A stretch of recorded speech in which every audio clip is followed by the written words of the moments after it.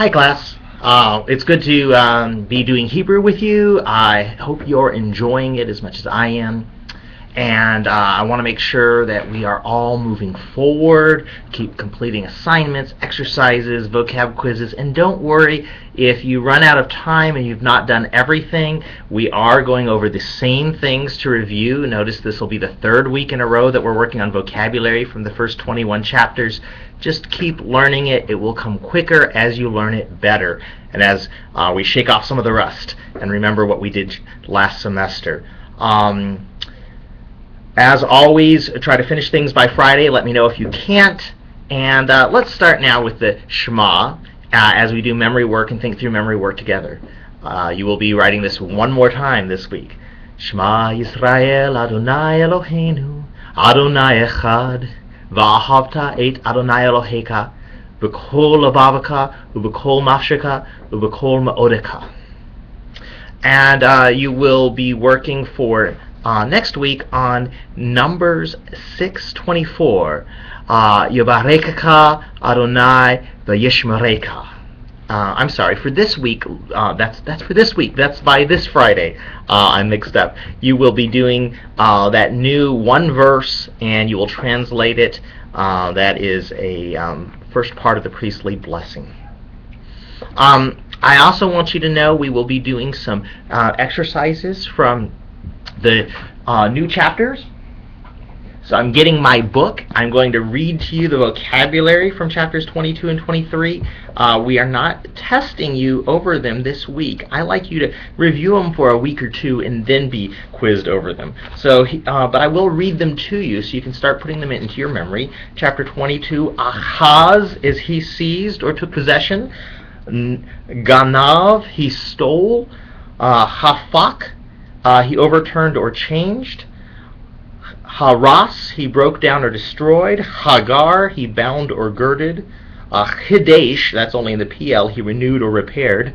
Chafetz, he took delight in. Arach, he arranged or set in order. And a couple of adverbs. Oz means then. Ach means surely or only. A couple of nouns. Emunah means faithfulness. Be'er means well, like Be'er Sheva, the well of Sheva. Bechor means firstborn. Devash means honey. Chok is a statute. Lashon is tongue, and it can also mean a language. Mavet is death. And Mizbeach is an altar or place of sacrifice. Note it's related to Zavach, which means to sacrifice, or the noun Zevach, which is a sacrifice. So someone Zavak, he sacrificed a Zevach on a Mizbeach. Those are all related. On page 249, chapter 23, we have Avah, he was willing. Aval, he mourned. Azan, he listened or heard. Ametz, he was strong or firm or bold. Asar, he bound or imprisoned. Afah, he baked. Arach, he prolonged. Ashem, he committed a wrong or was guilty. Aleph is an ox or 1,000. Goy is a nation. That's still used if you didn't know this. A goy would be a Gentile in modern Jewish slang, but goy or goyim are the nations and later become the Gentiles. Chutz is outside, street. Mea is 100. Panim is a face. It's plural, but it really only means one face. I think of it as maybe the word features, but they use the plural to refer to a face. Kodesh is a holiness, a holy thing, or a sanctuary. Shanaim means two. In the feminine, that's shatayim.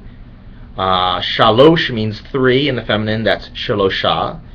Arba means four. In the feminine, that's arba'ah. And chamesh means five. In the feminine, that's chamisha. So that's the vocabulary for chapters 22 and 23. I already talked about the grammar of those chapters. It's largely about being able to see those verbs that begin with a guttural or with an aleph, to be able to notice there's some vowel changes going on and just translate them anyway. Very rarely will it be hard for you to spot the stem and the person and the number as long as you know your basic verb charts. The only exception would be in the nifal, imperfect where you have to recognize that Sere shows that a nun dropped, and that the vowel lengthened to compensate for the dogish that could not go into the guttural. So let me just point out, we're doing some of the same exercises I assigned last week, because some of you told me that was a little too many. So keep working on those. Keep working and try to get up to chapters 22 and 23 and review that. Next week, I'm going to give you a grammar quiz where you just kind of parse some of these verbs that begin with a guttural. This week, the grammar quiz is simple, really simple sentences with verbs. And see if you can translate those. And if you can't, we need to know, because that's more review from last semester we'll need to do. I also want to emphasize to everyone, do these quizzes without looking at extra resources. Do these exercises. You can look around in the book, but don't look in your answer key, because then you're going to come up with a wrong answer sometimes that will let me know you didn't really translate it from the Hebrew yourself. So do your very best translating from the Hebrew yourself. You can check yourself on the answer key, but translate first from the Hebrew. So our memory quiz, I already told you, is from Numbers 6:24, and I read that. But we're also going to start reading Genesis this week. We're going to start reading Genesis, and I thought I would go ahead and read aloud these verses we're going to do. And I put some notes for translating. I hope you just kind of enjoy looking these things up in the dictionary. If you find a form that confuses you, you say, I can't figure out what this is, write it down on the forum, and we'll all jump in together and see if we can figure it out. Genesis 1:1 begins, Bereshit bara Elohim et hashamayim ve'et haaretz. So, Bereshit bara Elohim et hashamayim ve'et haaretz, the very first verse of the Hebrew Bible. And then it goes on in the next two verses, V'haaretz hayata tohu vavohu. Tohu vavohu, it almost sounds like what it means, formless and void. V'choshek al panei tahom. V'ruach Elohim merachefet al panei hamayim. That Ruach Elohim, as you're translating that, think about the different things that might mean. Is that a spirit of God? Is it a wind of God? Is it the breath of God? All are possible ways to translate Ruach Elohim. Vayomer Elohim Yehi Or. Vayehi Or. We're going to be seeing some of these verbs that end in hey. We'll study them more closely in Kelly in a few weeks. But for right now, just realize sometimes that third letter of the drops out, that final hey. So haya will look like just the hey and the yod from it will still show up. So yahi is an imperfect form, technically actually a adjussive form from haya, and vayahi is again, third person, imperfect form, this time an imperfect with that consecutive vav. Then we skip down in chapter 1 and we do verses 26 to 31. Vayomer Elohim Nase Adam B'Tsalmenu Kid Mutenu Vayirdu Bidgat Hayam, Uv Of Hashamayim, Uva Behema, Uva Kol Haaretz, Uva Kol Haremes, Haromes, Al Haaretz.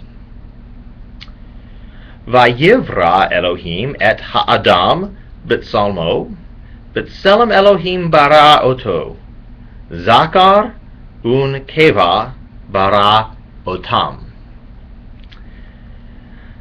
Vaybarek otam Elohim, vayomer lahem Elohim, Peru, urvu, umil'u et haaretz, v'kibeshua, urdu bedegat hayam, ube'of hashamayim, ubekol chaya ha-romeset al haaretz.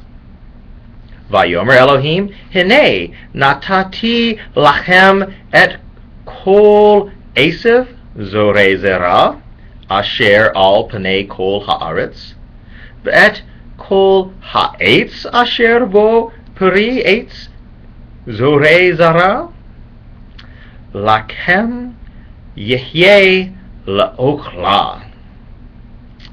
ולכל חיית הארץ, ולכל עוף השמיים, ולכל רומס על הארץ, אשר בו נפש חיה, את כל ירק עשב לאוכלה. ויהי כן. וירא אלוהים את כל אשר עשה, והנה טוב מאוד. ויהי ערב ויהי בוקר יום השישי. I encourage you to look at those verses, to try to read them aloud with me. You can play this through a second time, and then to try to make sense of them, word by word, phrase by phrase. Certainly you don't have to do it all this week. Let me know how far you got, how long it took you. And in class, we get an opportunity to kind of help each other and point out words. So if you want to do that with each other in some sort of chat, or if you want to contact me, let me know. We're just going to have fun reading Hebrew from Genesis 1. Thanks. Bye.